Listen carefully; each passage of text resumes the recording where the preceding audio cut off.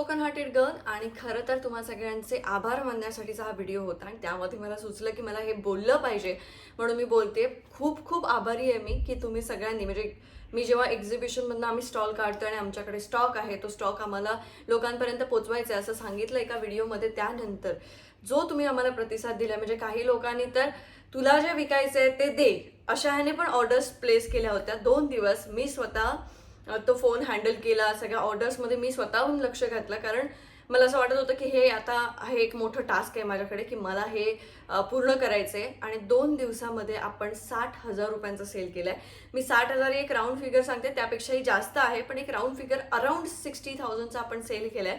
आता काही प्रोडक्ट्स आमच्याकडे अजूनही शिल्लक आहेत जसं की लाडू, त्याच्यानंतर मालवणी खाजं, या सगळ्या गोष्टी आम्ही जास्त आणल्या होत्या कारण ते जास्त अशा एक्झिबिशन्स वगैरेच्या वेळेला जातात. पण त्या गोष्टी आता खूप शिल्लक आहेत पण त्या गोष्टी सुद्धा जातील कारण अजूनही ऑर्डर्स पेंडिंग आहेत. परत छोटे रेडी टू ड्रिंक्स ज्युसेस वगैरे आहेत ते सगळे आहेत भरपूर जास्त. माझा एक प्रामाणिक उद्देश हाच होता की हे सगळं जे सामान आहे जे माझ्या मागे तुम्ही बघताय हे सिंधुदुर्गातल्या ते छोट्या छोट्या घरातनं किंवा एखादा छोटा ब्रँड असेल त्यांनी सगळं बनवलेल्या ह्या वस्तू आहेत आणि ह्या मला जास्त लोकांपर्यंत पोहोचवायच्या होत्या. जेव्हा मी एक्झिबिशनमधनं स्टॉल काढला किंवा काही कारणास्तव आम्ही तिथून बाहेर आलो तेव्हा मला बरेच फोन आले, माझ्या मित्रांचेही आले की तुला आम्ही एवढे पैसे देतो, हे तू ह्या पैशांचं सामान घे, तुला काय वाटतं की काय फुकट जाईल. म्हणजे जेव्हा मी म्हटलं की माझ्या एका मित्राला खाजं, मला वाटतं की खाजं आमच्याकडे जास्त आहेत, आमच्याकडे लाडू जास्त आहेत, ते विकले गेले पाहिजेत कारण ते खराब होतील, एक 4 महिने वगैरे राहिले वगैरे असं, तर स्टॉक जास्त आहे तो संपला पाहिजे.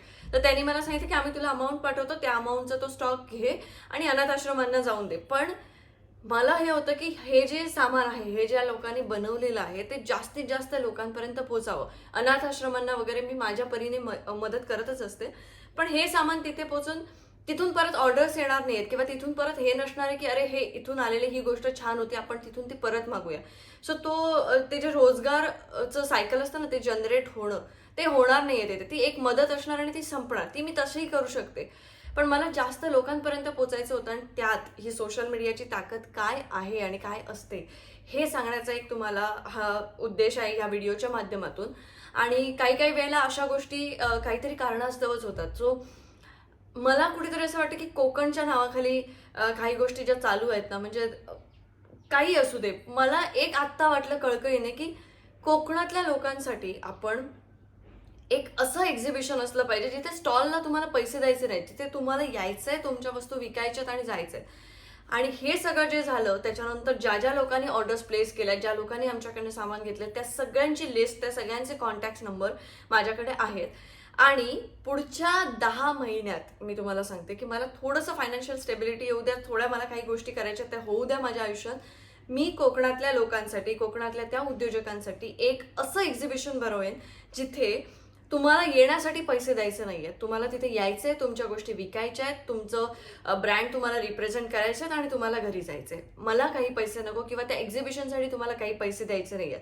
यासाठी तुमचे जे स्किल आहे, तुमचं जे पॅशन आहे त्याच्यावरती काम करा, त्याचं काहीतरी एक प्रेझेंटेशन तयार ठेवा. प्रेझेंटेशन म्हणजे जास्त लोड घेऊ नका की कम्प्युटरवरतीच बनवायचंय.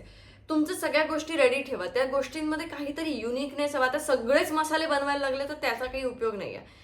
माझा मसाला का स्पेशल आहे किंवा माझ्या गोष्टी का स्पेशल आहेत, मी हे का करू शकते किंवा मी एखाद्या गोष्टी विणते किंवा काय करते तर त्या गोष्टी ह्या इतर गोष्टींपेक्षा कशा वेगळ्या आहेत, ह्या गोष्टी रेडी ठेवा, या गोष्टीचा प्लॅन रेडी ठेवा.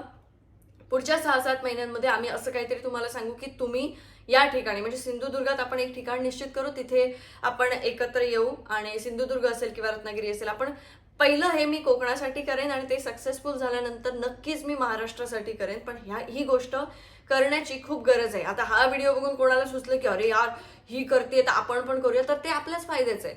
सो सोशल मीडियाचा वापर कसा आणि कशासाठी केला पाहिजे ना ह्याची अक्कल मला आहे.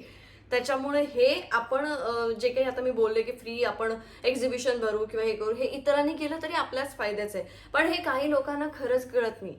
कारण जेव्हा मी त्या व्हिडिओमध्ये सांगितलं की ते कोणीतरी माझ्याबद्दल निगेटिव्ह पसरवतंय किंवा काय करतंय आणि मला लोकांनी सांगितलं की हाती चले बाजार कुत्ते भोके हजार, पण काय आहे ना की मी हाती चले बाजारने स्वतःला हत्ती समजून चालत आहे ना, माझ्यासोबत इतर लोक आहेत छोटी मोठी जी माझ्या भरोशावर चालली आहे. जर मी ह्या गोष्टींकडे दुर्लक्ष करत गेले आणि ह्या गोष्टी वाढत गेल्या ना तर त्या माझ्या एकटीसाठी नाही तर त्या लोकांसाठी पण तितक्याच वाईट आहेत. त्याच्यामुळे मी अशी हत्ती नाही की जी एकदा सोंडेने उचलून तरी आपटणार नाही तर लात मारून घालवणार. त्याच्यामुळे ते निगेटिव्हिटी आपण एखाद्या गोष्टीला जेव्हा टार्गेट करतो ना, आणि ते मला फील होतं कधी कधी की मुद्दाम टार्गेट करतायत, मुद्दाम हे करतायत, किती इग्नोर करायचं यांना. कारण खूप सोपं आहे एखाद्या प्रॉब्लेम बद्दल बोलणं. म्हणजे आता तुम्हाला मी सांगू तर कोकणातले काही 2-4 मुद्दे आहेत, त्याच्यावरती 300 शब्दात तुम्ही सगळे निबंध लिहू शकता. म्हणजे कोकणातल्या जमिनी परप्रांतीयांना विकू नका, खूप बोलू शकतो आपण या विषयावरती. त्याच्यानंतर काय तर इको टुरिझम, याच्यावरती खूप बोलू शकतो. पण हे जेव्हा आपण बोलतो ना, तेव्हा त्या गोष्टींचं आपल्याकडे सोल्युशन पण असलं पाहिजे. कोकणातले लोक परप्रांतीयांना जमिनी विकतात, ह्या गोष्टीवरती मी मध्ये एक व्हिडिओ टाकला होता. काही प्रश्न विचारले होते, काही मला त्याच्यावरती सोल्युशन मिळालेलं नाही. सगळे बोलतात, सगळ्यांकडे बोलायला विषय तो छान आहे. जेव्हा एखाद्या कोकणातल्या माणसावरती वेळ येते जमीन विकण्याची ना, तेव्हा दुसरा कोकणी माणूस तीच जमीन अर्ध्या किमतीमध्ये त्या माणसाकडे मागतो. हा विषय माहिती आहे का सगळ्यांना? आणि अशा वेळेला ज्या माणसाला ती जमीन विकायची आहे त्याने घाबरून त्याला ती जमीन कमी पैशात विकायची का, की नको बाबा मी जर ही जास्त पैशात परप्रांतीयांना विकली तर त्याच्यानंतर हा माणूस माझी फेसबुकवरती पोस्ट लिहिल, ह्या भीतीने त्याने ती जमीन त्याच कोकणी माणसाला कमी पैशात विकावी, की ती जमीन विकून मला माझी फायनान्शियल कंडिशन माहिती आहे, मला माझ्यावरती आलेला प्रॉब्लेम माहिती आहे, त्याच्यातनं मी कसं बाहेर येईन, ते मी कसं सॉल्व्ह करेन, हा त्या माणसाने विचार करावा. या 2 गोष्टी आहेत ना, आपल्यालाच माहिती आहेत की आपली माणसं आपल्याशी कसं वागतात. कोकण वाचवायचंय, कोकण वाचवायचंय, झालंय काय आपल्या कोकणाला की वाचवायचंय? आणि जर कोकण वाचवण्याची वेळ आली आहे ना, तर ती फक्त आणि फक्त कोकणी माणसामुळे झाली आहे, की कोकणी माणूस आणि त्याच्या मागे असणारी कोकणी माणूस. आज मी पुढे जातेय, मला अजिबात वाटत नाही की मला माझे पाय खेचण्याचा कोणी प्रयत्न करतंय. मला फरक नाही पडत, मी जिथे पोचायचं माझं जे एम आहे ते कसंही मी मिळवणार. पण माझ्या जागी मला बघून एखादी दुसरी मुलगी जर उभी राहिली असेल, मी माझ्या चुकांबद्दल माझ्या सोशल मीडियावरती नेहमी अपफ्रंटली बोलते. मला जे काही वाटतं की मी कोकण हार्टेड गर्ल म्हणून मी जी काही आहे ती माझ्या चुकांमुळे आणि माझ्या अचिव्हमेंट्समुळे आहे. सो या दोन्ही गोष्टींबद्दल जेव्हा मी बोलत असते ना, तेव्हा मला बघून जर एखादी मुलगी अजून एक स्वतःबद्दल काही बोलली किंवा काही केलं आणि त्याच्यानंतर असेच कोकणातले लोक, हे जे पुट्टे घेऊन राहणारे टोचन लोक आहेत, हे लोक जर काही तिला बोलले तर सांगता येत नाही ना की तिची एनर्जी लेवल सेम असेल. आज माझ्यावरती आहे तर उद्या तुमच्या आया बहिणींवरती पण येऊ शकतं. कोकणातल्या मुली किंवा मुलं असू दे, कोणी पुढे गेले पाहिजेत ना, तर तुम्ही सगळ्या लोकांनी ह्या अशा आपल्या कोकणातल्या लोकांना वेळीच आळा घातला पाहिजे, की तुम्ही निगेटिव्हिटीला टार्गेट करण्यापेक्षा पॉझिटिव्हिटीला टार्गेट करा. किंवा मी मुलगी म्हणून काही सिंपती मागणार नाही, मी एकटी 10 पोरांना पुरून उरेल अशी आहे आणि मला त्याचा काही फरक पडत नाही. पण हे निगेटिव्हिटी पसरवण्याआधी मला आठवतं की 8 वर्षापूर्वी मी मुंबईमध्ये आले होते. 2016 मध्ये हाच पिरियड होता. तेव्हा जेव्हा मी आले, माझा स्ट्रगल चालू झाला. मी नालासोपाऱ्यामध्ये राहिले, पनवेलला जॉब केला, त्यानंतर मी हिंदुस्तान पेट्रोलियमला इंजिनियर म्हणून जॉब केला. आणि हे सगळं करताना माझी सुरुवातीची सॅलरी होती ना 13,000 रुपये. आज मला स्वतःला अभिमान आहे स्वतःवरती की मी मुंबईसारख्या ठिकाणी 26,000 रुपये भाडं देऊन राहते. सो 13,000 जिने स्टार्टिंग सुरुवात केली होती त्याच्या दुप्पट मी आज भाडं भरतीये, फक्त भाडं. त्याच्यानंतर माझे इतर खर्च हे वेगळे आहेत. माझ्या 2 बहिणी आहेत माझ्यासोबत, त्यांना मी मुंबईत घेऊन आले. हे मी करतेय, हे मी काही लोकांना सांगत नाही की माझं कौतुक करा, पण मी हे सांगते की मी मुंबईत एकटी आले, एकटीने केलं ना. माझ्या वडिलांचं इथे घर होतं ना, मला कुठच्या रिलेटिव्हचा तेव्हा आधार होता. आता हजारो लोक मला घरी जेवायला बोलवत आहेत, हजारो लोक मला माझ्यासाठी काही करायला तयार आहेत, पण तेव्हा कोणी नव्हतं. त्याच्यामुळे आता जी मुलं पुढे उभं राहण्याचा प्रयत्न करतायत किंवा काय करतायत ना, त्यांना हे असे लोक आहेत ना, ह्यांच्या निगेटिव्हिटीमुळे ना त्रास होऊ शकतो. तर मी ह्या गोष्टींना वेळीच आळा घाला. आज एक वेळ माझ्यावरती आली होती की अरे यांना वाटलं की ही आता ही गेली, आता ही पण नाही. मला माहिती आहे ना की माझ्यासोबत लोक ही काही मी कॉमेडी करून किंवा डान्स करून मिळवलेली लोक नाही आहेत. मला माझ्यावरती लोक कुठच्या गोष्टीसाठी प्रेम करतात किंवा माझ्यासोबत लोक का जोडली गेलीत मला माहिती आहे. आज माझ्यामध्ये एवढी ताकद आहे की मी एक अपील केलं लोकांना की इथे इथे मदत करायची आहे, तर मी एका दिवसाला लाखो रुपये उभे केलेत आणि लोकांनी माझ्या पर्सनल अकाउंटला शेअर केले होते ते पैसे तेव्हा. आता माझा एनजीओ लवकरच देवाच्या कृपेने चालू होईल. तो झाला की मी तुम्हाला सगळ्यांना सांगेन. काही कारणास्तव त्या गोष्टी लिगल गोष्टी थोड्याशा मागे पडतायत, पण ते पण होईल. मी ज्या गोष्टी करते किंवा मी मगाशी बोलले 2 मुद्दे, त्याच्यातला एक की आपण इको टुरिझम करायचे. मी ज्या भागात राहते ना, मालवण, तारकर्ली, इथे मास टुरिझम आहे. जेव्हा टुरिझम तिथे चालू झालं ना, तेव्हा तिथे कोणी त्यांचा लीडर नव्हता की माझ्या लोकांना सांगणारा मालवण देवबागच्या की टुरिझम कसं केलं पाहिजे किंवा काय केलं पाहिजे. आज आपण सोशल मीडियावरती मस्त व्हिडिओ टाकू शकतो की अरे नाही, कोकणात येणाऱ्या सगळ्या लोकांना मोदकच खायला घाला, कोकणात येणाऱ्या सगळ्या लोकांना घावणेच खायला घाला, बाकी काही तुम्ही बनवूच नका. पण तिथे मास टुरिझम आहेत. 2,000 कुटुंब जी देवबाग, तारकर्ली, वायरी या गावामध्ये आहेत ना, ही जी ज्या टुरिझमवरती चालत आहेत तिथे हजारो लोक येत आहेत. एका घरात जवळपास 40 ते 50 लोक जेवायला असतात. माझ्या घराचंच उदाहरण देते. माझ्या घरी एका वेळेला 40 ते 50 लोक जेवायला असतात. ह्या सगळ्यांना मोदकच घालायचे आहेत, शिरवाळेच घालायचे आहेत, ह्या सगळ्या गोष्टी घालायच्यात ना, ते घरातली ती बाई मोदक करताना तिची काय हालत होते, शिरवाळे करताना त्याची काय हालत होते किंवा हे होते, एवढ्या सगळ्या मास टुरिझममध्ये तिथे नाही करू शकत. मग तिथे काय लागतंय? Man power. मग अशा वेळेला जेव्हा 2,000 कुटुंब, सगळ्या 2,000 कुटुंबांचं टुरिझममध्येच आहे, सगळं चाललंय, तर तिथे मॅन पॉवर उपलब्ध नाहीये. मग मॅन पॉवर नाहीये तर मग आम्ही बाहेरून आणणार माणसं. बाहेरून नेपाळी आणले की परत तुम्ही सोशल मीडियावरती लिहिणार की इथे बाहेरच्या लोकांना आणतात. पण नाही आहेत माणसं कामाला. तुम्ही एखाद्या डोंगरामध्ये एखादं छोटंसं काहीतरी चालवून तिथून लोकांना तुम्ही शाश्वत जीवनशैलीच्या आणाभाका देऊ शकता, कारण तुमच्याकडे तेवढंच आहे. आज आमचा अख्खा गाव टुरिझम खाली आहे. अख्ख्या गावाला तिन्ही बाजूने खारट पाणी असताना गावात गोड्या पाण्याच्या विहिरी होत्या. पण जेव्हा एवढं टुरिझम वाढलं, लोकांकडे ऑप्शन नव्हते की रहाटाने काढून सगळ्या लोकांना पाणी देणं. ते माझ्याकडे 4 टुरिस्ट आले ना, तर त्यांना मी ते कौतुक म्हणून दाखवू शकते. एखाद्या ठिकाणी छोटंसं जेव्हा माझं असतं तेव्हा. इथे सगळ्यांना रहाटाचं कौतुक नाही दाखवू शकणार आपण. मग तेव्हा काय झालं, लोकांनी बोरिंग लावलं. बोरिंग लावल्यामुळे खारट पाणी वाढलं. खारट पाण्याचे झरे आहेत ते वर आले. मग आता काय उपयोग आहे पाण्याचा? तर बिस्लरीशिवाय काही ऑप्शन नाहीये. मग आता बिस्लरीशिवाय काही ऑप्शन नाहीये, तर कचरा व्यवस्थापन कसं करता येईल ह्या मागे मी स्वतः आहे गेले 1.5 वर्ष. आणि आत्ताही माझं एका ठिकाणी डीलिंग चालू आहे त्यांच्यासोबत की माझ्या गावचा कचरा कसा काय तो हे करता येईल, काय त्याच्यावरती सोल्युशन काढता येईल. कारण माझ्याच गावचे लोक जे रिसॉर्ट चालवतात ते लोक समुद्रावरती खड्डा खणून प्लास्टिक पुरतायत. प्रत्येकाला जाऊन सांगण्या इतका वेळ तरी माझ्याकडे नाहीये ना की त्यांना जाऊन मी समजवेन की अरे समुद्रावरती खड्डा खणून प्लास्टिक पुरू नका, ते समुद्र आपल्याला परत फेकणार आहे किंवा ते कुठेतरी जाऊन अडकणार आहे प्लास्टिक.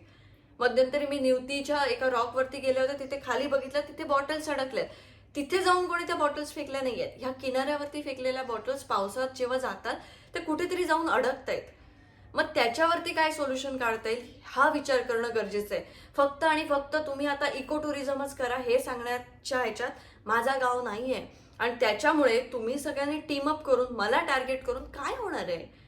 माझं फक्त एकच सगळ्यांना सांगणं आहे की जेव्हा आपण एखादा प्रॉब्लेम हायलाईट करतो तेव्हा त्या प्रॉब्लेमचं सोल्युशन तुमच्याकडे असेल तर तो प्रॉब्लेम हायलाईट करा.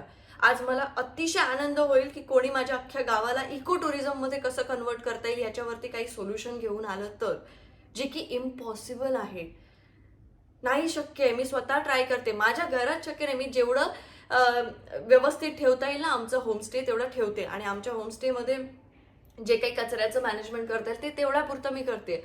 पण प्रत्येक कुटुंबाला ते समजावणं आणि त्याच्यातनं आउटपुट काढणं हे महाकठीण आहे. त्याच्यामुळे कुठेतरी इकडे झाडाखाली बसलं, व्हिडिओ केला आणि सांगितलं अरे ही चुकीची आहे, तो चुकीचा आहे, त्याच्याबद्दल पोस्टर घेऊन उभं राहिलं, हे करण्यापेक्षा त्या प्रॉब्लेम्सवरती सोल्युशन घ्या आणि त्याच्यानंतर माझ्या समोर या. कुठच्याही बिझनेसला, म्हणजे माझ्या बिझनेसला तर अजिबात काहीतरी हे करण्याच्या विचारात राहू नका. माझ्या मागे माझे सबस्क्रायबर्स आणि फॉलोअर्स एवढ्या हिमतीने उभे आहेत ना की आता ते मला कळलं की माझी खरी ताकद तुम्ही सगळे लोक आहात जे माझ्यासोबत उभे आहात आणि ज्यांनी मला हे मदत केली आहे. मी म्हणजे तुम्हा सगळ्यांना याची खात्री देते की आता शब्दच दिलाय मी तुम्हाला की मी एक्झिबिशन ते भरवणारच आहे की जिथे कोकणातल्या लोकांसाठी फ्री स्टॉल्स असतील आणि ते लोक येतील तिथे आणि त्यांचं सामान विकतील. फक्त आणि फक्त त्यामध्ये जो तुमच्याकडे काहीतरी युनिक हवं जे मी सांगितलं ते, पण त्यामध्ये त्या ठिकाणी त्या सगळ्या लोकांना पर्सनली मी कॉल करेन. हे ज्या लोकांनी हे एक्झिबिशनमध्ये आम्हाला आता ह्या कठीण वेळात जी मदत केली आहे त्या प्रत्येकाला कॉल करून मी तिथे इन्व्हाइट करेन आणि तुम्ही सगळे तिथे याल. आणि खरंच कोकणातले जे लोक आहेत किंवा जे खरोखर काहीतरी करण्याच्या मागे आहेत, रोजगाराच्या मागे आहेत. तुम्हाला माहिती आहे की कोकणात नोकरी म्हटल्यानंतर पहिली गोष्ट आठवते मुलांच्या डोक्यात किंवा मुलींच्या डोक्यात येते ते म्हणजे मुंबई पुणे शहर आठवतं आम्हाला. ह्या गोष्टी बंद होण्यासाठी किंवा ते स्थलांतर आहे ना, ते मायग्रेशन जे आहे ना ते बंद होण्यासाठी काय करता येईल. जॉब्स जनरेट झाल्यानंतर बिझनेस मी पण करू शकते पण मॅनपॉवर नाही आहे. आज मला सिंधुद्योगसाठी मॅनपॉवर हवी आहे, तिथे ती नाही मिळत आहे. कितीतरी लोक आहेत ज्यांना कामाला माणसांची गरज आहे पण तिथले लोक तिथे काम नाही करत आहेत. याच्यावरती आपल्याकडे काय सोल्युशन आहे. फक्त व्हिडिओ प्रॉब्लेमवरती बनवू नका. प्रॉब्लेम आणि सोल्युशन असा व्हिडिओ बनवा आणि तेव्हा त्याच्यावरती आपण सगळे मिळून काम करू. नक्कीच मी आज खरंच खूप कळकळीने बोलते आणि मी जे काही बोलले ते सगळं मी नक्की पूर्ण करेन आणि तुम्हा सगळ्यांची साथ जी आतापर्यंत मला मिळाली आहे ती अशीच राहू द्या.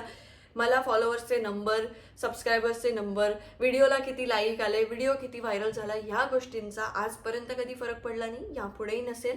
मला एवढंच सांगायचं की I want quality over quantity, म्हणजे सगळ्याच गोष्टींमध्ये, इवन इन द बिझनेस आणि सोशल मीडियावरती. कारण आपल्या एका शब्दावरती जो इम्पॅक्ट होतो तो जास्त महत्त्वाचा मला वाटतो, rather than the number of followers and views you are getting. So असेच माझ्यासोबत राहा आणि काही सामान अजूनही शिल्लक आहे जे लवकरात लवकर मला ते सेल करायचे आणि त्यानंतर मला तुम्हा सगळ्यांना काही छान छान गोष्टी सांगायच्या त्या मी लवकरच सांगेन. आणि आता जे काही मेसेजेस येत आहेत त्यांना आम्ही आमच्याकडे मुंबईत जो काही अवेलेबल स्टॉक आहे तेवढंच सांगतोय. सो त्यातलं तुम्ही काही खरेदी करू शकत असाल तर खरेदी करा. तुमचा ॲड्रेस वगैरे जो काही आम्हाला आहे तो नंबर मी डिस्क्रिप्शनमध्ये देते आता परत, कारण स्क्रीनवरती दिल्यानंतर तो नंबर कायमस्वरूपी राहतो आणि नंतर ऑर्डर्स येत राहतात. आता काही दिवस आम्ही मुंबईमध्ये हे सामान असेपर्यंत मुंबईतनं ऑर्डर जातील, त्यानंतर नेहमीप्रमाणे आमच्या मालवणच्या शॉपमधनं जातील. लवकरच माझं स्वप्न आहे की येत्या 8-10 महिन्यांमध्ये मुंबईमध्ये आपलं आउटलेट सुरू करावं आणि होपफुली ते होईल आणि ते झाल्यानंतर छान होईल. म्हणजे सगळ्यांनाच आनंद होईल की मुंबईत सिंधुउद्योगचं आउटलेट असेल. बस एवढंच मला ह्या व्हिडिओच्या माध्यमातून बोलायचं आहे. आणि खरं सांगू तर जे लोक कमेंट करतात त्यांना मी सांगेन की मला काही वाईट वाटलेलं नाही आहे. तुम्ही माझ्या मेंटल हेल्थची वगैरे काही काळजी घेऊ नका. ते मी खरंच, मला काही वाईट नाही वाटत या गोष्टीचं. मला फक्त एवढंच वाटतं की हा प्रसंग किंवा ही वेळ दुसऱ्या कुठच्या मुलीवर किंवा मुलावर आली ना तर तो उभा राहायला पाहिजे, त्याला तुम्ही पाडू नका. त्याच्यामुळे कोकणातल्या लोकांचे पाय खेचण्यापेक्षा कोकणातल्या लोकांनी आपल्याला कसं काही कोकणासाठी करता येईल किंवा इतर भागांसाठी, मी फक्त आणि फक्त कोकणसाठी विचार नाही करत, मला इतर भागांसाठी पण विचार करते. मी आत्ता एक रील पोस्ट केलं होतं जिथे आम्ही खंडवा जंक्शन इथून माणसं आणली होती, त्यांना मुंबई फिरवलं होतं. हे ते माझं फक्त टार्गेट कोकण नाही आहे. माझा टार्गेट आहे की जेवढं काही चांगलं करता येईल मला ते करायचं आहे आणि त्यामध्ये मी जिथे जाते तिथे माझ्या नावासोबत कोकण जातच आहे. त्याच्यामुळे कोकणचं नाव हे माझ्यासोबत जाणार आहे याची मला खात्री आहे. त्याच्यामुळे मी इंग्लिशमध्ये बोलेन, हिंदीमध्ये बोलेन, काही बोलेन, पण कोकणला माझ्यासोबत पुढे घेऊन जाईन एवढं तुम्हाला सांगते. आणि आज या व्हिडिओमध्ये इथेच थांबते. आपण भेटूया नेक्स्ट ब्लॉगमध्ये.